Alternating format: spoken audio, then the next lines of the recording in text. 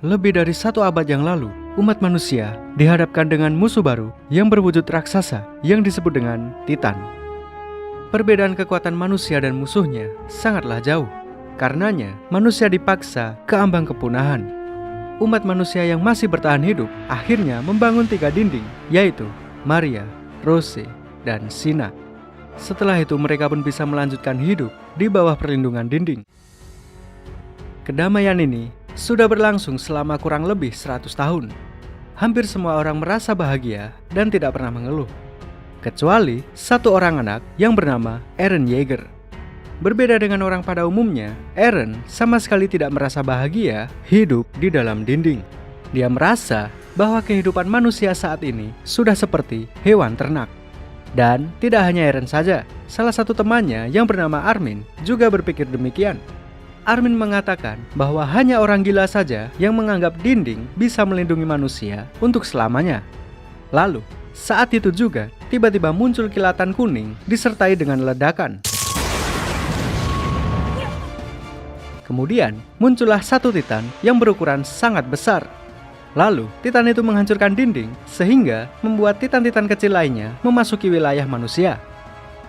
Seketika itu juga, Eren bersama saudara angkatnya yang bernama Mikasa segera berlari menuju ke rumah mereka.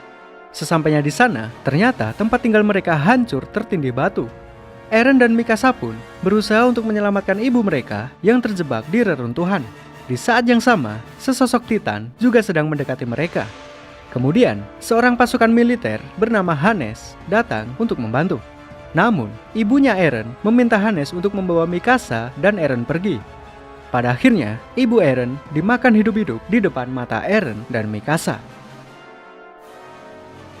Mereka bertiga pun berlari menuju ke dalam dinding Maria. Kemudian muncul lagi sesosok Titan lain yang sekujur tubuhnya diselimuti oleh armor. Lalu Titan itu menghancurkan dinding Maria. Umat manusia kini sudah kehilangan dinding Maria. Mereka yang masih bertahan hidup semuanya berpindah ke dinding Rose. Insiden tersebut membuat Eren bersumpah akan membunuh semua Titan. Dia berencana untuk bergabung dengan pasukan militer ketika dia sudah cukup umur. Beberapa tahun telah berlalu, Eren, Mikasa, dan Armin, mereka semua sudah tumbuh menjadi remaja. Sesuai rencana, mereka bertiga bergabung dengan pasukan militer. Di sana, mereka juga mendapatkan teman-teman baru. Ada Jan Kirstein, ada Rainer Braun, ada Bertolt Hoover, ada Connie Springard, Sticky Fingers. Sorry agak maksa kali ini. Ada Annie Leonhardt, ada Histo Kristalens, ada Ymir, ada Marco Bot, dan ada Sasha Blaus. Si perempuan yang cukup cantik, tapi tolol. Bisa-bisanya dia makan kentang di tengah-tengah pendidikan militer. Sungguh tolol. Pertama-tama, mereka belajar tentang kelemahan Titan dan bagaimana cara membunuhnya. Titan sendiri terbagi menjadi beberapa jenis. Yang pertama adalah Titan biasa. Titan biasa adalah Titan lemah yang pergerakannya bisa dengan mudah diprediksi. Yang kedua, ada Titan abnormal. Titan abnormal sebenarnya termasuk jenis Titan lemah. Hanya saja, pergerakan mereka sangat sulit diprediksi. Biasanya Titan abnormal bisa berlari atau bahkan melompat. Yang ketiga adalah Titan berkekuatan khusus, seperti contohnya Titan kolosal dan Titan armor. Titan hanya mempunyai 1 kelemahan yang terletak di bagian belakang leher. Cara yang paling efektif untuk membunuh Titan adalah menebas bagian belakang leher dengan 2 pedang. 2 pedang tersebut juga tersambung dengan sebuah alat yang disebut dengan 3D Maneuver Gear. Dengan 3D Maneuver Gear, manusia bisa mencapai leher Titan lalu menebasnya. Selain dilatih bagaimana cara membunuh Titan, mereka juga menjalani latihan dasar seperti latihan fisik dan latihan bela diri. Beberapa prajurit berpikir bahwa latihan bela diri tidak penting karena tidak bisa digunakan untuk melawan Titan. Namun, meskipun demikian, Eren tetap serius menjalani latihan. Dia yakin bahwa apapun yang dipelajarinya tidak ada yang sia-sia. Setelah beberapa tahun menjalani pelatihan militer, akhirnya Eren dan kawan-kawan dinyatakan lulus.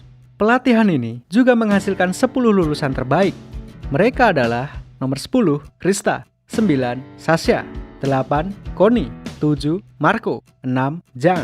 5, Aaron. 4, Annie. 3, Bertolt. 2, Rainer. Dan lulusan terbaik sekaligus petarung yang paling kuat adalah Mikasa Ackerman. Mereka yang berhasil lulus kemudian diberikan pilihan untuk bergabung dengan salah satu dari 3 pasukan khusus. Yang pertama, mereka bisa menjadi pasukan penjaga yang bertugas di perbatasan dinding. Kedua, mereka bisa menjadi pasukan penyelidik yang bertugas di luar dinding. Divisi ini memiliki tingkat bahaya yang sangat tinggi karena mereka akan berhadapan langsung dengan Titan. Ketiga, mereka bisa menjadi polisi militer. Polisi militer adalah divisi yang paling nyaman karena tugas mereka adalah mengawal raja yang berada di dinding yang paling dalam. Artinya, polisi militer sangat jarang berhadapan dengan Titan. Maka dari itu, hanya 10 lulusan terbaik saja yang diizinkan untuk bergabung. Sudah jelas, Eren, Mikasa, dan Armin akan bergabung dengan pasukan penyelidik. Keesokan harinya, sebelum mereka resmi dilantik, tiba-tiba saja Titan kolosal kembali muncul dan menghancurkan dinding. Kali ini, Eren berusaha melawannya.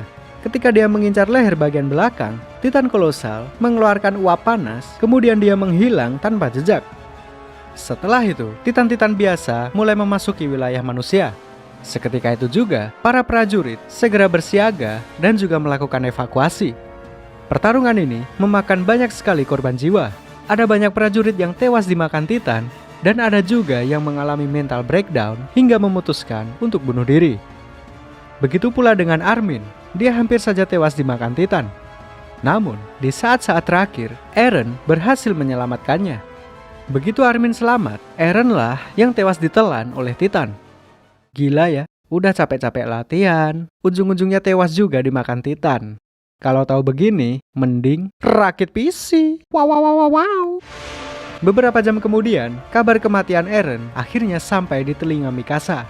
Mendengar kabar kematian Eren, Mikasa langsung kehilangan semangat hidup. Dia hanya terdiam meskipun di dekatnya ada Titan yang mengincarnya. Kemudian, secara mengejutkan, muncul satu Titan lain yang menyelamatkannya. Titan yang satu ini cukup unik karena dia bisa menggunakan teknik bela diri manusia. Semua pergerakannya sangat efisien karena dia langsung mengincar leher Titan. Anehnya lagi, dia tidak tertarik sama sekali dengan manusia. Kejadian ini membuat Armin mendapatkan ide baru. Dia berniat untuk memanfaatkan Titan itu untuk menyelamatkan prajurit yang lain. Rencana Armin bisa dibilang berhasil. Titan itu bertarung mati-matian sampai kehabisan tenaga.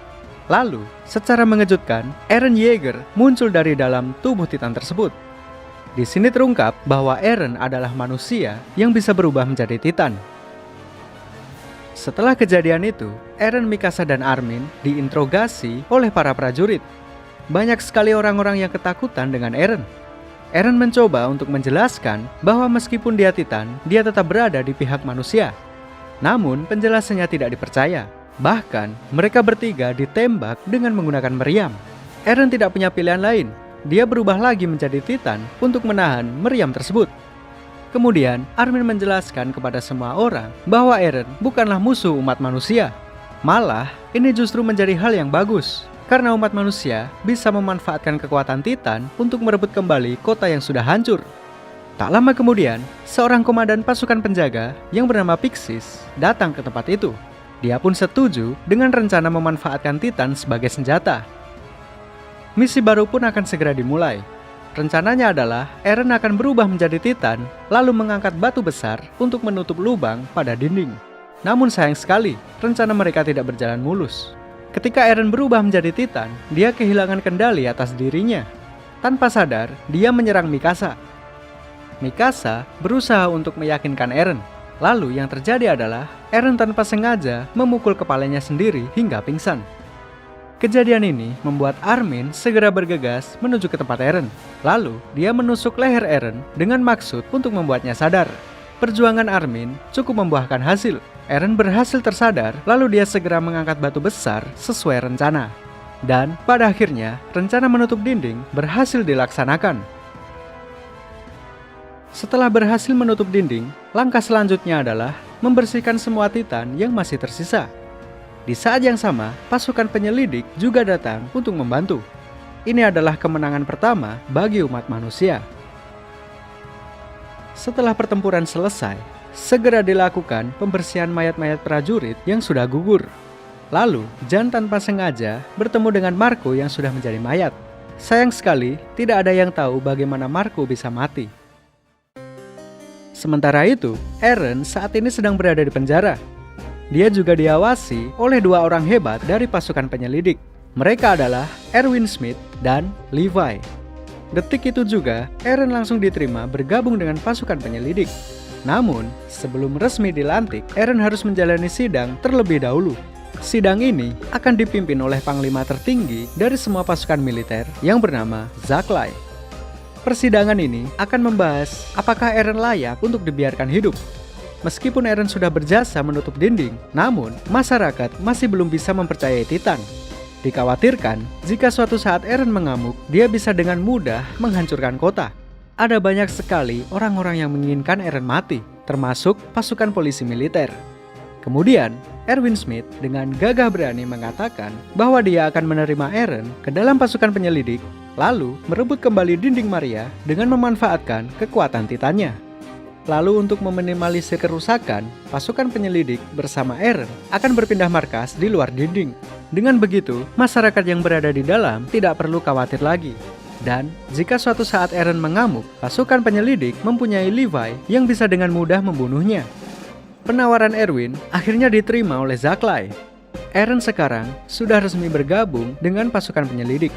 Tentu saja, Eren diawasi oleh skuad khusus yang dipimpin oleh Levi. Ada Petra, ada Aurwo Bossart, ada Eltjin, dan ada Gunther. Mereka adalah orang-orang yang mempunyai kemampuan bertarung yang hebat di antara anggota yang lain. Kemudian, Eren juga bertemu dengan anggota lain yang bernama Hanji. Dia adalah anggota yang bertugas untuk meneliti Titan. Apa saja yang diteliti? Ada banyak, seperti contohnya, apa itu Titan? Dari mana asalnya? Kenapa Titan memiliki tubuh seperti manusia? Apakah Titan merasakan rasa sakit? Kenapa Titan cenderung aktif di siang hari? Dan lain sebagainya. Keesokan harinya, terjadi masalah yang tidak terduga. Dua Titan subjek penelitian tiba-tiba tewas dibunuh oleh seseorang. Hal ini membuat Erwin menyadari bahwa kemungkinan ada imposter di sekitar mereka. Beberapa hari kemudian, tibalah saatnya pelantikan para kadet. Erwin memberikan pidato sekaligus merekrut calon anggota yang baru. Selain itu, dia juga membocorkan satu rahasia besar yang hanya diketahui oleh pasukan penyelidik. Dia mengungkap rencana untuk pergi ke distrik Shingansina, tepatnya di rumah Eren yang sudah hancur. Kenapa tempat itu menjadi tujuan? Karena di ruang bawah tanah rumah Eren tersimpan satu rahasia besar yang hanya diketahui oleh ayahnya yang bernama Grisa Yeager. Tentu saja akan sulit untuk pergi ke sana karena rumah Eren berada di daerah dinding Maria yang sudah hancur. Erwin mengatakan jika pasukan penyelidik berhasil mengungkap rahasia itu, maka umat manusia akan selangkah lebih maju dari yang sekarang. Setelah memberitahukan rencana tersebut, Erwin mempersilahkan bagi yang tidak ingin bergabung diminta untuk meninggalkan tempat tersebut. Secara mengejutkan, teman-teman seangkatan Eren semuanya bergabung dengan pasukan penyelidik. Mereka adalah Mikasa, Armin, Jan, Sasha, Connie, Rainer, Bertolt, Krista, dan Ymir. Hanya satu orang saja yang bergabung dengan polisi militer. Orang itu adalah Annie. Beberapa hari kemudian, pasukan penyelidik menjalankan misi ke Shingansina.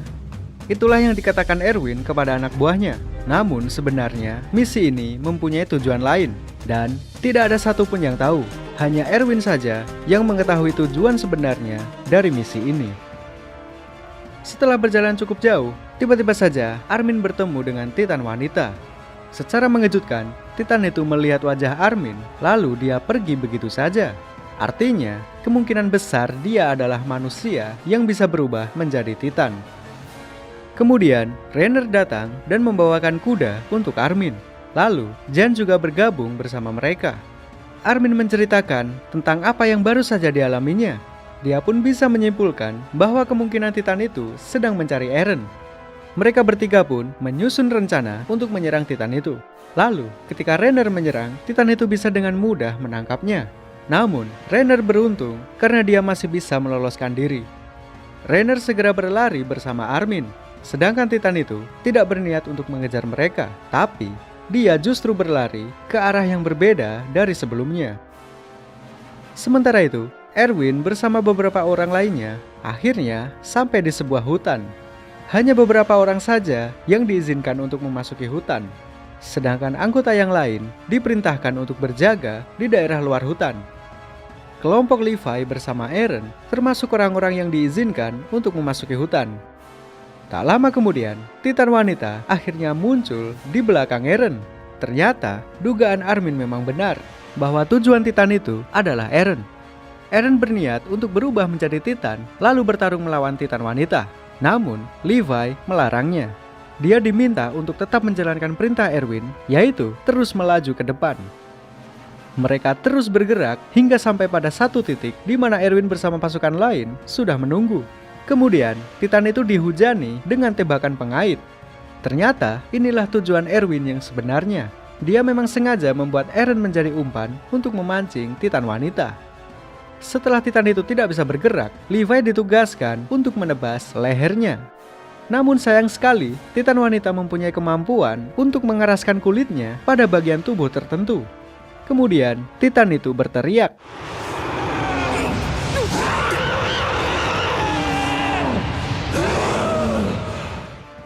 Lalu, tiba-tiba saja datang segerombolan Titan lain yang memakannya.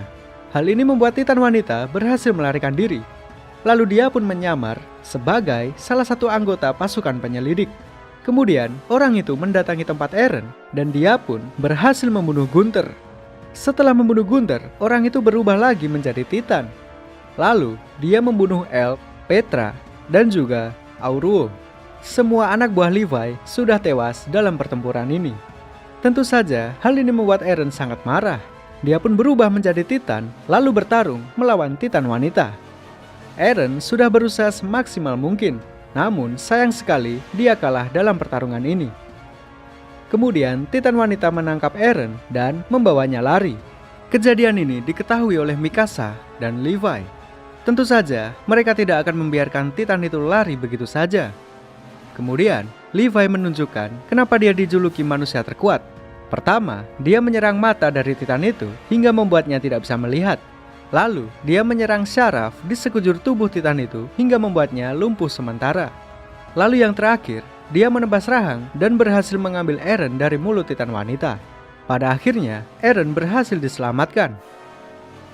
Pertempuran ini bisa dibilang seimbang. Baik Titan wanita ataupun pasukan penyelidik, dua-duanya gagal menjalankan misi. Namun, bukan berarti pasukan penyelidik tidak mendapatkan apapun. Ketika malam tiba, mereka mendiskusikan tentang apa saja yang sudah terjadi.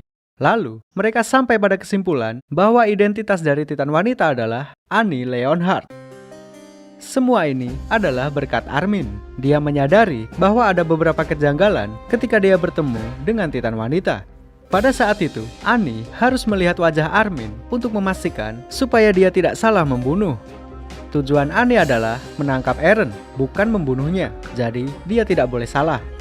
Teori Armin juga didukung oleh Mikasa yang menyadari kuda-kuda gaya bertarung Annie. Semua ini memang hanya dugaan, mereka tidak mempunyai bukti apapun, namun mereka harus tetap bertindak. Mereka pun segera menyusun rencana untuk memancing Annie.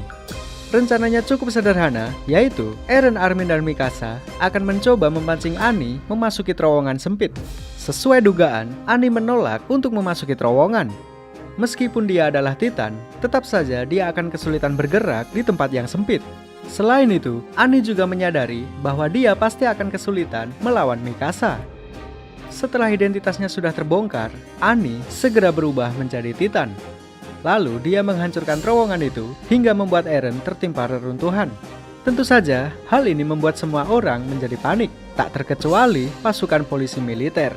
Mereka yang selama ini menjadi pecundang tentu saja sangat ketakutan melihat Titan secara langsung. Hanya pasukan penyelidik saja yang bisa diandalkan. Mikasa, Jan, Armin, beserta anggota lainnya berusaha mati-matian melawan Annie. Kemudian, Eren yang tertimpa reruntuhan akhirnya tersadar dan berubah menjadi Titan. Tibalah pertarungan kedua antara Eren melawan Annie. Eren tetap saja kesulitan melawannya. Bukan hanya karena Annie sangat ahli dalam bela diri, tapi Titan Annie juga mempunyai kekuatan untuk mengeraskan kulit. Eren sampai kehilangan tangan dan kakinya, namun dia masih belum menyerah. Annie pun sudah mulai kehabisan tenaga. Biar bagaimanapun juga, dia hanya sendirian melawan Titan Eren ditambah dengan pasukan penyelidik. Dia pun berniat untuk memanjat dinding dan melarikan diri. Namun, Mikasa tidak akan membiarkannya. Mikasa memotong jari Annie hingga membuatnya terjatuh. Begitu dia terjatuh, Eren langsung menghajar kepalanya hingga terputus. Setelah itu, Eren merobek leher Annie. Lalu tiba-tiba saja muncul kristal yang menyelimuti tubuh Annie. Mungkin ini adalah sistem pertahanan otomatis yang akan aktif ketika Annie kalah. Pada akhirnya, Eren bersama pasukan penyelidik berhasil mengalahkan Annie. Namun, karena Annie sekarang sudah menjadi kristal, Erwin dan kawan-kawan tidak bisa mendapatkan informasi apapun darinya. Setelah kejadian itu, Annie dipenjara di bawah pengawasan pasukan penyelidik. Meskipun tidak bisa disebut menang 100%, setidaknya umat manusia sedikit lebih maju dari yang sebelumnya.